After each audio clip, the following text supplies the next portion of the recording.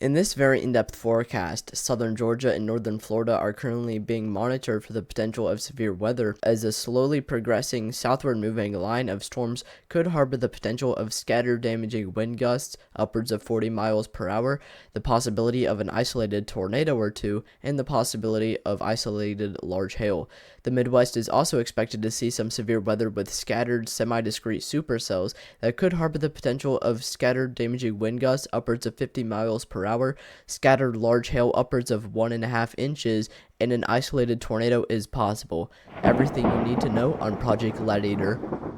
Hello everyone, and welcome back to another Project Gladiator in-depth weather forecast. Today I'll be covering the weather for May 18th of 2024. For today, we do have two main regions that we are going to be covering in today's forecast.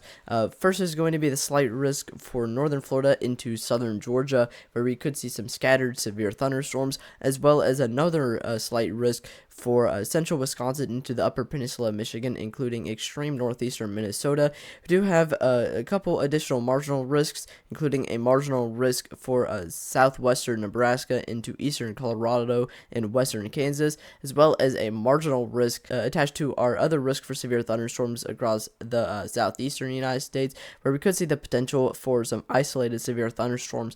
develop to the north of the storms that are going to be associated with the slight risk in northern Florida and southern Georgia. We also do have a marginal risk that is attached to our slight risk that extends down across eastern Iowa, northern Missouri, and Kansas, where we could see the potential of some isolated severe thunderstorms. Risks for today do include a 2% tornado risk for both slight risk locations, including an additional 2% tornado risk that extends down across the eastern coast of Florida there, as well as a 2% tornado risk for the upper peninsula of Michigan into central Wisconsin, where we could see the potential of an isolated tornado. For our damaging wind risk, we do have a 15% damaging wind risk for both slight risk locations, as well as a 5% damaging wind risk for all marginal risk locations. And then as far as our hail risk goes, we do have a 15% hail risk for our slight risks in the north there for the Midwest, as well as two separate 5% hail risks, one for the northern marginal risk, where we could see some isolated hail with some more isolated severe thunderstorms to the north, as well as the potential for some isolated hail for our progressive line that's going to be pushing down to the south. And then for tomorrow, we do have an enhanced risk for the Central Plains for central Kansas, where we could see the potential of some widespread severe thunderstorms. Risks for tomorrow do include a 5% tornado risk, where we could see the potential of a couple of tornadoes, a 30% damaging wind risk with the possibility of some significant damaging wind gusts upwards of 70 miles per hour and greater, as well as a 15% hail risk with the possibility of some significant hail greater than 2 inches. We also do have a marginal risk for the Florida Peninsula, where we could see the potential of some isolated damaging wind gusts and the potential for some isolated large hail. For our day 3 outlook, we do have a slight risk for the Central Plains again, into the Midwest as well, with a slight risk for southeastern Nebraska, Kansas, northwestern Missouri, and western Iowa, where we could see the potential of some upcoming scattered severe thunderstorms with a probabilistic 15% combined risk for severe thunderstorms. Then for day 4, day 8 outlook, we do have a 30% where we could see the potential of some upcoming significant severe thunderstorms that we are definitely monitoring pretty closely for southern Wisconsin, Illinois, Iowa, Missouri, and eastern Kansas. For our day 6 outlook, we do have a 15% for Oklahoma, northeastern Texas, Arkansas, and northern Louisiana. For our excessive rainfall forecast for today, we do have a slight risk for the Florida Panhandle into southern Georgia and Alabama, with a pretty large marginal risk that extends up across Mississippi, Tennessee, even into West Virginia and Virginia, including North Carolina and South Carolina, where we could see the potential of some isolated flash flooding for the marginal risk locations and the possibility of some scattered flash flooding for the slight risk locations. For tomorrow, we do have a marginal risk for southern Minnesota, Iowa, Nebraska, into northern Missouri and central Kansas, where we could see the potential of some isolated flash flooding for tomorrow. And then we also do have a day 3 marginal risk for the Central Plains again, for southern Nebraska into central Nebraska, northern Kansas, and into Iowa, where we could see the potential of some isolated flash flooding. Taking a look at our weather model, starting off with our 500 millibars and our upper air pattern and our surface observations and how those are going to work in conjunction to indicate our risk for severe thunderstorms for today. Starting off with our upper air pattern at our 500 millibars. As of right now, we do have a trough, upper level trough that is currently located in portions of western Tennessee into northern Mississippi there, with a pretty decently powerful jet that is advecting out of the Gulf of Mexico, out of the southwest here. That's going to support our risk for severe thunderstorms with some pretty decently strong flow that is going to continue to progress eastward and also subtly progress southward over the next couple of hours with, again, some pretty strong flow, upwards of 60 to even potentially 70 miles per hour backing our storms, but 60 miles per hour, maybe even approaching 70 miles per hour ahead of our storms, which is definitely going to support quite a lot of lift and quite a lot of shear across this region, and will definitely be supportive of the potential of severe thunderstorms. And then as far as our surface observation goes, we do have either a warm front or a stationary front that has kind of been lingering across this region. It's kind of been switching back and forth between stalling into a stationary front or moving northward into a warm front, but we do have one or two surface lows that are back towards southern Mississippi and Louisiana into the New Orleans region. The cold front that it has turned into a stationary front on the back end of that, and a warm front that is kind of transitioning back and forth into a stationary front and a warm front that has kind of just been sitting here. That has triggered our severe thunderstorms already. We do have a progressive line of severe thunderstorms that is already ongoing across this region, but it is very, very slow moving. And with the position of our trough to our initiating boundary, we are definitely expected to see a much more of a linear setup with eastward or westward flow out of the west into the east, with our initiating boundary being almost parallel to our flow out of the west. That will definitely lead to our precipitation being vented off onto other storms that want to develop along our initiating boundary, turning this into more of a linear mode.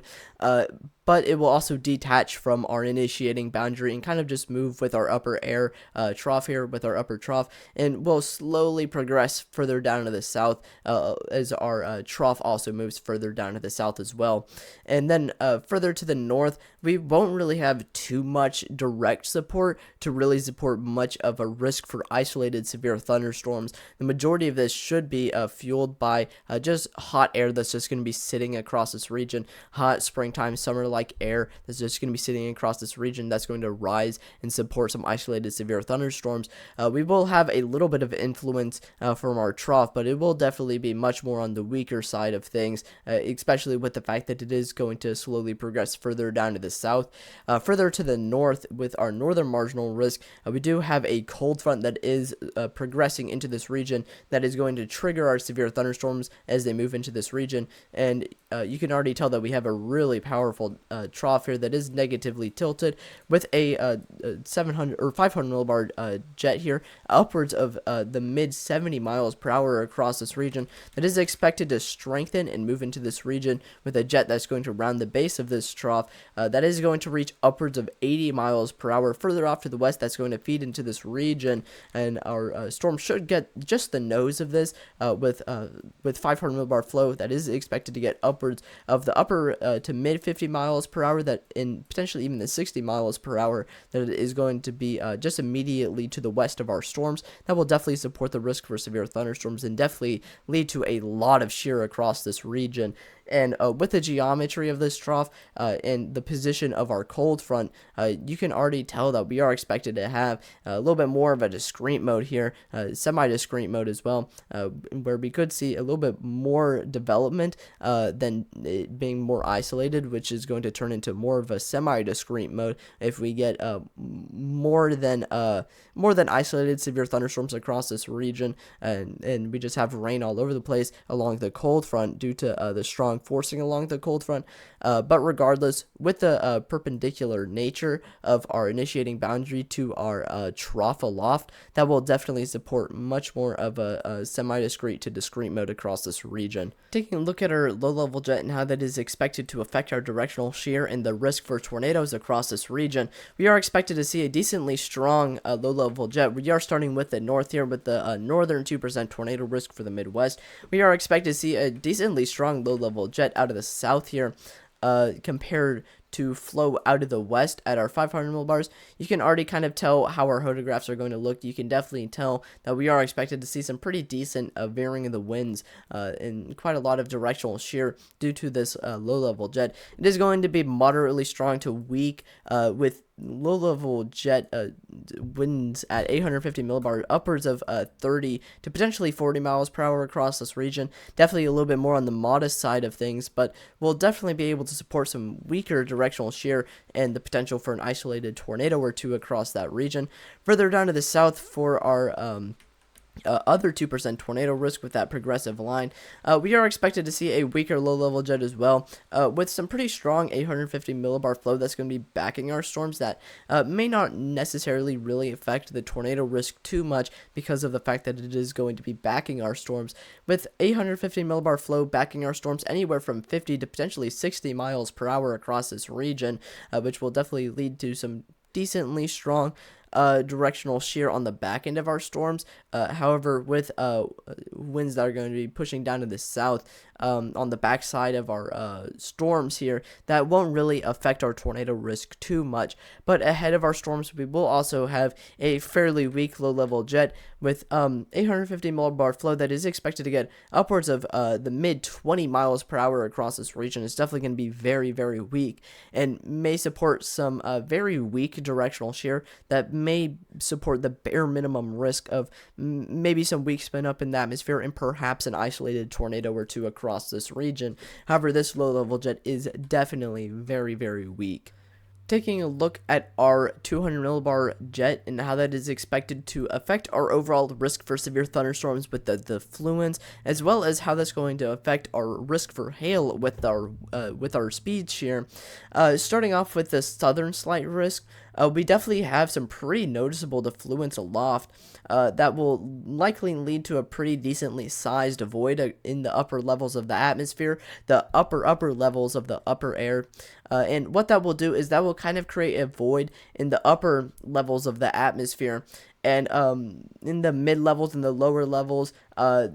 because the atmosphere is a gas, the low levels and the mid levels will rise upwards to fill that void, and that's how you get very widespread, very strong lift across this region, and that is definitely going to be set in place as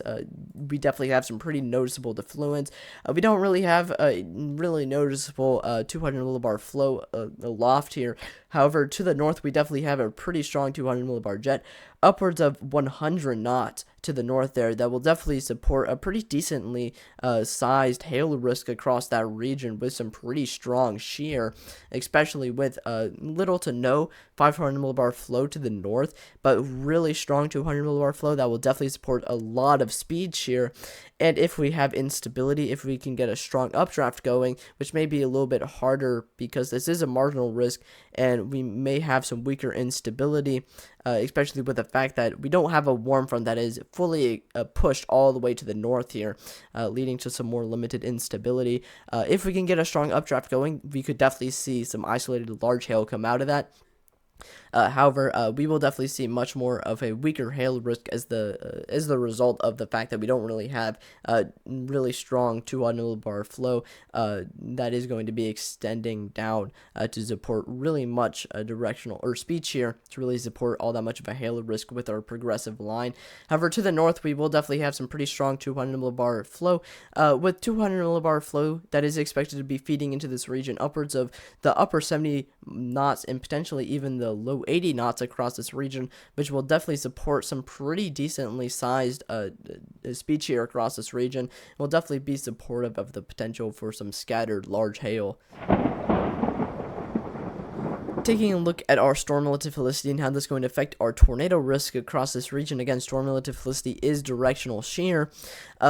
Taking a look at the 2% tornado risk for the southern risk here for southern Georgia and northern Florida, we are expected to see extremely weak storm relative felicity values across this region as a result of an extremely weak low-level jet ahead of our storms. And storm relative felicity values upwards of the double digits and barely reaching the triple digits is going to be very, very hard to support much of a tornado risk across this region. we will definitely have some greater storm relative velocity values backing our storms, potentially reaching 200 meters squared a second squared of storm relative velocity backing our storms. However, I doubt that will really affect our tornado risk that much, as it will be backing our storms and won't really be able to interact with that instability ahead of the leading edge. So with this extremely weak storm relative velocity, I'm not really too confident in all that much of a tornado risk across this region. In fact, I am actually kind of surprised that they left this 2% tornado risk with the fact that we have extremely weak storm relative velocity values that will be probably not even reaching the bare minimum to support much of a tornado risk across this region. But we will look at our other parameters to see what may be allowing for the potential of 1 or 2 brief tornadoes across this region. Further off to the north, though, we will definitely have a decently strong low-level jet and definitely some pretty decently strong veering of the winds. That will definitely be supportive of the potential for 1 or 2 brief tornadoes across this region, with storm relative velocity values backing our storms, not backing our storms, but ahead of our storms. We don't want storm relative velocity backing our storms, but ahead of our storms, we definitely have some pretty decently sized storm relative velocity values, upwards of 140 in the mid 100s across this region, which will definitely be supportive of the potential for 1 or 2 brief tornadoes across this region, potentially an isolated tornado, even amongst a weaker low-level jet across this region. Taking a look at our bulk shear and how that is expected to affect our risk for hail across all 3 of our different hail risk regions. I will go over all 3 of our hail risk locations, starting off with our 15% risk for some scattered large hail across the Wisconsin and the upper peninsula region of Michigan. We are expected to see some pretty weak bulk shear values as a result of the fact that we are expected to be getting the bare minimum, the very edge of that nose of our strong jet. We are expected to see a couple miles of leeway between our stronger bulk shear values, upwards of 50 to 40 knots. The low 50 knots is possible in our area of stronger flow. However, we are expected to be getting the nose of that jet, so we are expected to see much more limited bulk shear values that are actually going to be able to interact with our storms, and we will definitely see overall much more lower risk for hail across this region, with bulk shear values that are expected to get upwards of the upper 20 knots, maybe the 30 knots, potentially the 40 knots in some regions, is definitely very, very weak as far as bulk shear goes, and will definitely support some much smaller sizes as far as hail. But we will definitely see much more widespread severe thunderstorms across this region as a result of the strong forcing along our cold front, and our 15% hail risk will likely come down to more of a fact of coverage of our severe thunderstorms that may be able to support some large hail across this region than really our size of our hail, because weak bulk shear values will definitely lead to some smaller hail sizes, some much smaller hail sizes across this region, but hail is definitely possible. But further down to the south, let's take a look at our 5% hail risk to the north of our most southern 5% hail risk, including Tennessee, Mississippi, Alabama, Georgia, South Carolina, and North Carolina. We are expected to see some weaker bulk shear values. I did think that they were going to be a little bit higher as a result of the fact that we definitely had some much stronger 200 millibar flow aloft. However, we have some much weaker bulk shear values across this region that are definitely marginally strong, upwards of 20 to 30 knots across this region, which will definitely support some very small hail across this region. I doubt that it will really be able to get upwards of an inch, but some isolated small hail is definitely possible. But further down to the south, we will definitely have some stronger 500 millibar flow and some greater bulk shear values as a result, with bulk shear values that are going to be backing our storms upwards of 50 to 40 knots across this region. But ahead of our storms, we could see bulk shear values upwards of 70 to 60 knots across this region. More select locations may be able to see upwards of 60 to 70 knots, but more widespread, we will see more so around 40 knots across this region, which will still be supportive of the potential for some isolated large hail across this region. Taking a look at our composite reflectivity so we can go over some general radar analysis and potentially some timing. I will go over the timing as well as our general radar analysis for the southern slight risk because it is in a time zone that I am familiar with. So starting off with our radar analysis, we are definitely expected to see much more linear development as a result, as you can clearly see here, which is definitely going to be much more limiting as far as the tornado potential, already on top of the fact that we have extremely weak directional shear, which will again be very, very limiting as far as our tornado potential. I'm extremely surprised that they left in the 2% tornado risk, especially with the fact that our storm mode is going to be more limiting to tornado development, as well as the fact that we have very, very weak storm relative helicity values. We will definitely see much more of a linear mode, which will be more favorable to the potential of some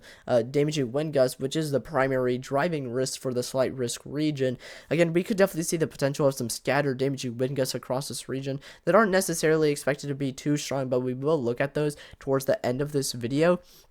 But as far as timing goes, we do have our storms that are currently already ongoing, that are mainly impacting the southern Georgia region, including Savannah and up into Charleston, and are expected to move into Tallahassee and Valdosta and potentially even Brunswick around 2 p.m., moving into the Jacksonville region around 5 p.m., and this is when storms are expected to die off really quickly. Maybe some lingering rain showers. Storms move past Jacksonville into more of the Fruit Cove, St. Augustine, and Gainesville region, with some more isolated development that may be possible on some of the coastal regions, especially across coastal regions of the eastern coast and the western coast, potentially extending down into Tampa around 8 p.m. and across the eastern coast as well, from Palm Coast all the way down to potentially even West Palm Beach, maybe even down to Fort Lauderdale, Miami around 8 p.m. and are expected to slowly die off, mainly fully dying off around 10 to 11 p.m. across this region, with potentially some rain showers that may linger on, that may be able to vent off their precipitation onto the Florida Peninsula from the Gulf Coast into some of the late evening hours and the early morning hours of tomorrow across some of the Florida Peninsula there. As far as the timing goes for the north here, I will try to do timing, but starting off with our radar analysis and our composite reflectivity and going over some general radar analysis, you can already tell that we are expected to have a little bit more discrete development. However, we are expected to see very widespread coverage of our severe thunderstorms, which could potentially make this more of a linear to semi-discrete mode across this region. However, our geometry of our trough definitely supports more of a discrete mode across this region, so we will definitely see some more widespread severe thunderstorms that are expected to develop potentially around 5 to 6 p.m. across this region, moving into central Wisconsin, including Merrill, Wausau, and Stevens Point, and up into Houghton around 7 p.m. To 6 p.m., moving out of the slight risk region into the marginal risk locations, into more of the central upper peninsula of Michigan, including Iron Mountain and Marquette. Sorry if I'm pronouncing that wrong, around 8 to 9 p.m. across this region, with storms potentially moving into more rural regions around 8 to 9 p.m. of Wisconsin, and then moving back into more populated regions, including the Greens Bay region, Appleton, Oshkosh, and up into the central peninsula of Michigan, central upper peninsula of Michigan, and moving into the Great Lakes region and continuing to progress across portions of southern Wisconsin and the upper peninsula of Michigan around midnight to 11 p.m. This is when storms are going to definitely be dying out. Taking a look at our dew points and how that is going to affect our instability across this region, we are expected to see a lot of moisture ahead of our storms because it is Florida. And it is in the southeast, so we typically get a lot of moisture in these regions around the spring to summer month, with dew points that are expected to get upwards of the low 70s to even the mid 70s in some regions, feeding out of the Gulf of Mexico here, which will definitely support very large amounts of instability across this region, and will definitely be able to fuel be very sufficient in fueling our risk for severe thunderstorms across this region. Further off to the north, where we are expected to see some more isolated, discrete development in the marginal risk locations, including Tennessee, Mississippi, and the Georgia regions in the southeast to the north of our slight risk region, we are expected to see a lot of moisture with dew points that are expected to get upwards of the mid to upper 60s and even the low 70s in some regions, which will support a lot of instability across this region. And if we can get a lot of heat going, even with the lack of shear across this region and the lack of support in the upper air aloft, with that lack of lift but very large amounts of moisture and large amounts of instability to go along with it, the lack of lift will definitely support more isolated severe thunderstorms across this region. But the fact that we just have so much moisture and potentially so much heat that's just going to be sitting across this region, all that will definitely allow for some isolated severe weather development across that region.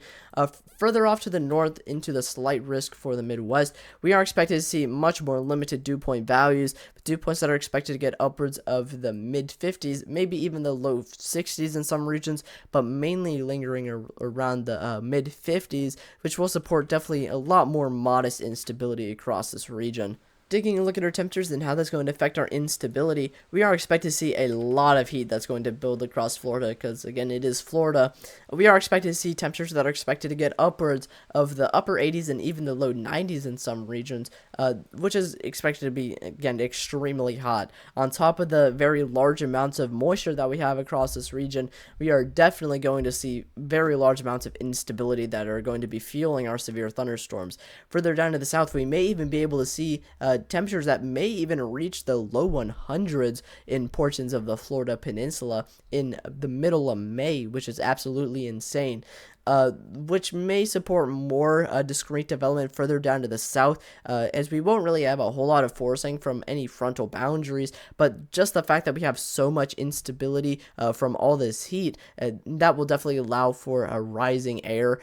from the surface and potentially some more discrete development with a lack of strong forcing, which won't really support too much of a severe risk and will definitely be much more marginal further down to the south ahead of our line of severe thunderstorms. And further off to the north in the Midwest here, we are expected to see it be a little bit cooler as it is further off to the north, with temperatures that are expected to get upwards of the low 80s across this region, maybe even approaching the mid 80s in some regions. It's definitely expected to be pretty warm on top of more modest dew point values across this region. Will support some more modest instability, but could definitely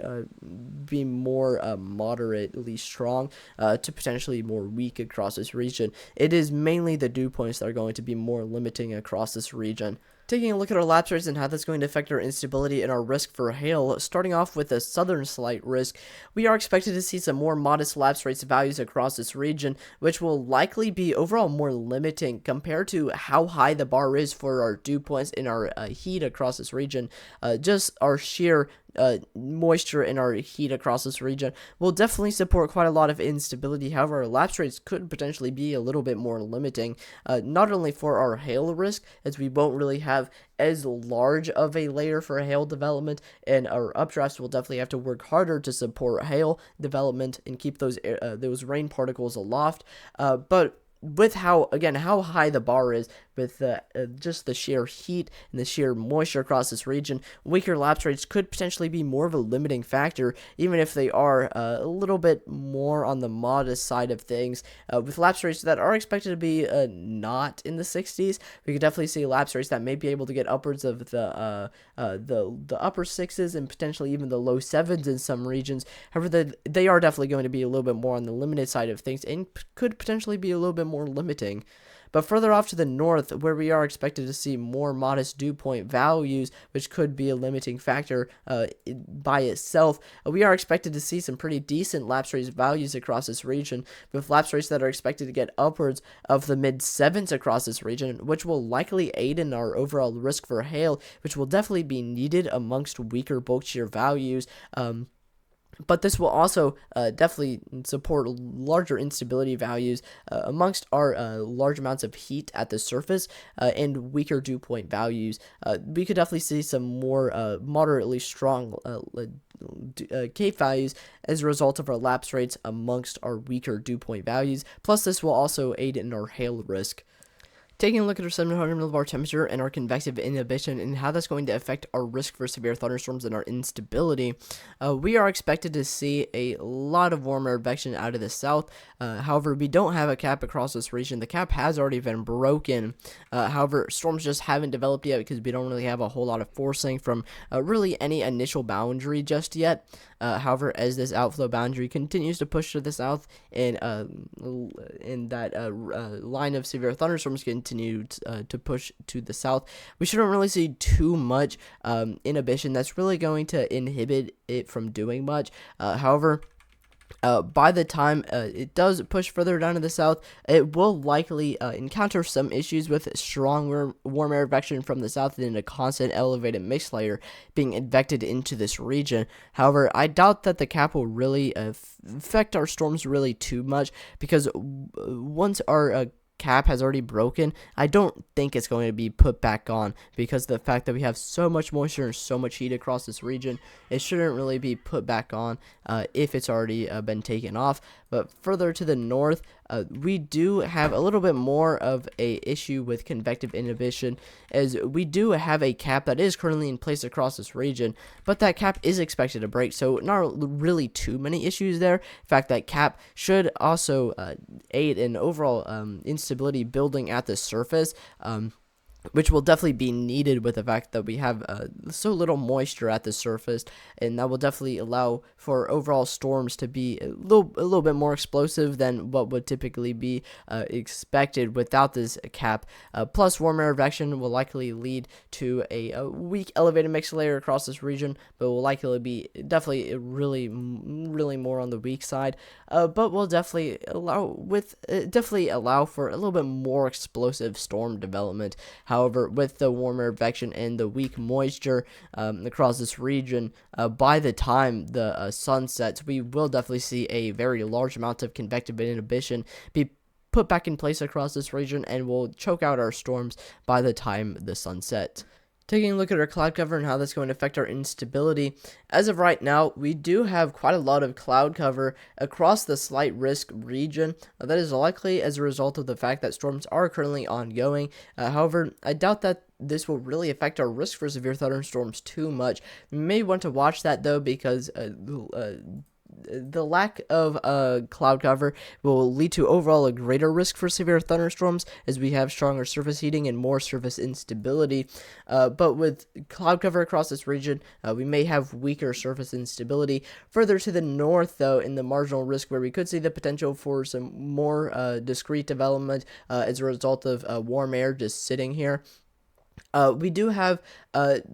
quite a lot of cloud cover overall. We definitely have some areas that have some clearing here, and those will likely have the best areas for instability. However, our cloud cover across this region will likely clear out over the next couple of hours. It is slowly clearing. I did switch to our true cloud cover, what's currently being observed, so we can't look at the future what cloud's going to look like later on, because the models were indicating full cloud cover across my location, and that just isn't the case. And I am in the marginal risk location, but truly we do have quite a lot of surface heating in some locations, which will likely improve some instability in some smaller regions. However, thicker cloud cover across a wider area will definitely lead to less instability overall. And further to the north,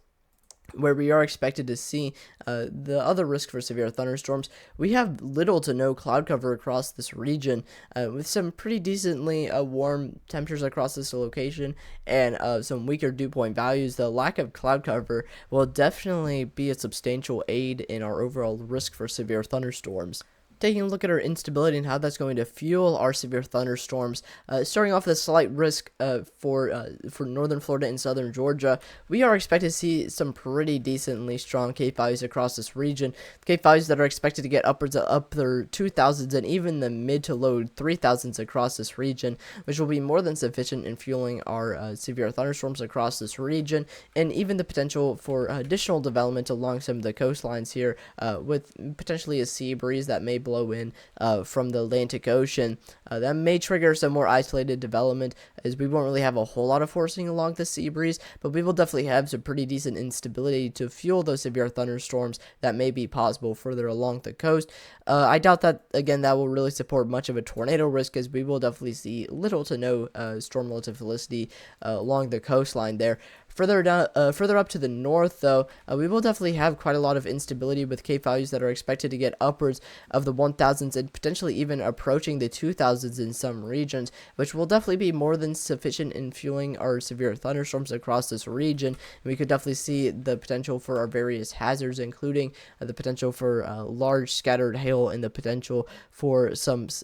isolated damaging wind gusts or some scattered damaging wind gusts. We will look at our surface instability for tornadoes, but I definitely do think that we will have the potential for tornadoes across this region. We definitely have a lot of surface heating and a lot of most unstable Cape to go with it. It will definitely, again, be sufficient to fuel our risk for severe thunderstorms across this region. Taking a look at our 0 to 3 kilometer instability and how that is going to aid in fueling our severe thunderstorms across this region, we are expected to see quite a lot of 0 to 3 kilometer instability across this region, which will likely be a massive aid in fueling our severe thunderstorms across this region, with 0 to 3 kilometer Cape values that are expected to be anywhere from moderately strong to potentially even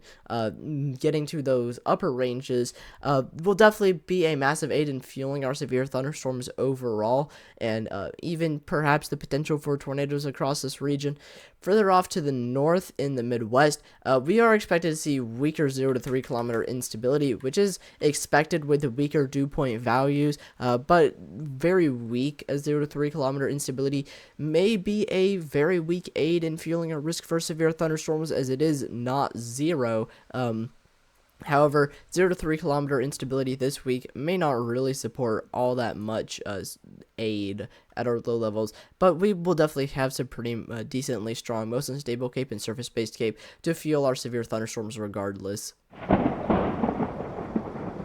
Taking a look at our energy helicity index values, starting off with the southern 2% tornado risk. This actually comes as a surprise to me, because we have some decently strong energy helicity index values that are in line with a upper end 2% tornado risk. That indicates an overlap of ingredients for tornadoes across this region. However, in the observed soundings that you're about to see for Florida, we have very, very weak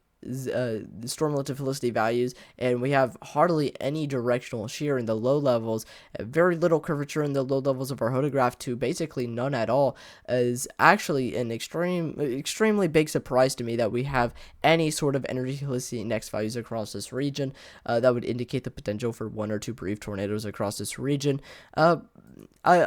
still on the fence about a tornado risk, even amongst some really weak 0 to 3 kilometer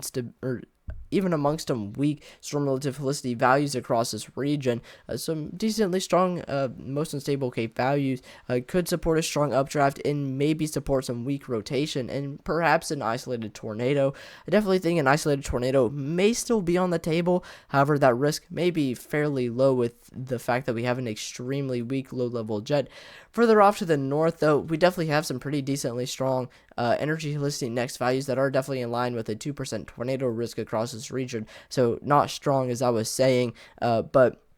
definitely some pretty decently strong energy helicity index values in line with a 2% tornado risk, indicating that we could see the potential for an isolated tornado or two to develop. Taking a look at our damaging wind gust models and how that's going to indicate our risk for damaging wind gusts across the southern slight risk region first. Again, we do have a linear mode for our storms, which is definitely more favorable for the potential of damaging wind gusts across this region. And we could definitely see some scattered damaging wind gusts associated with our severe thunderstorms. Damaging wind gusts that could potentially reach upwards of 50, mainly around 40 miles per hour, maybe an isolated 50 miles per hour, but definitely damaging wind gusts are going to be more so around 40 miles per hour across this region. We'll definitely blow around some loose unsecured objects, and may even be destructive to property across this region. It could definitely do damage to some houses and potentially some property as well. As far as our damaging wind gusts go, for the 15% damaging wind gust risk to the north, we definitely have a pretty decently good damaging wind gust risk here as well. Damaging wind gusts upwards of 50 miles per hour is possible with a lot of the severe thunderstorms that could develop across this region. Taking a look at our hail parameters and how that's going to indicate the potential for large hail across this region. Starting off with the 5% hail risk in the south first for northern Florida and southern Georgia. We are expected to see some pretty decently strong large hail parameter values across this region. Upwards of, I think that's 12. It's kind of hard to see with the yellow font on the white backdrop, but it's definitely indicating at least the potential for some marginal hail across this region with some of the storms that are currently ongoing. So as far as our SARS hail size go, it is indicating upwards of 1.75 inches to even 2 inches in some regions. Definitely think that may be possible. With some decently strong instability and some modestly strong lapse rates across this region. Definitely think upwards of an inch may be possible across this region. However, further to the north, let's start off with our SARS hail size and how that's going to indicate the potential for hail. We are still hours out from our storms actually developing across this region, so we don't have anything that is currently indicating the potential for hail at this time just yet. As far as our large hail parameter goes, we do have some indicators for some large hail, upwards of 6 and even 8. That is further a little bit to the west because our jet still hasn't fully moved into this region just yet, and we are hours from storm development, but it is getting there by minimum, and indicating that we do have some overlap for some ingredients for the potential of some large hail. Now that I've told you the weather, please go down to the description and check out the socials for Project Gladiator and join the Discord for any updates on Project Gladiator. If you live in any of the areas I covered for today, please stay weather alert for the time being. If you notice anything might have been wrong in this forecast or would like to make a suggestion or ask a question, please leave a comment. 3 other channels I highly suggest you check out are JaxonWX, One Nation Weather, and Weather Watcher. The links to those channels will be in the description, and hopefully I'll be able to see you guys later today with a weekly overlook.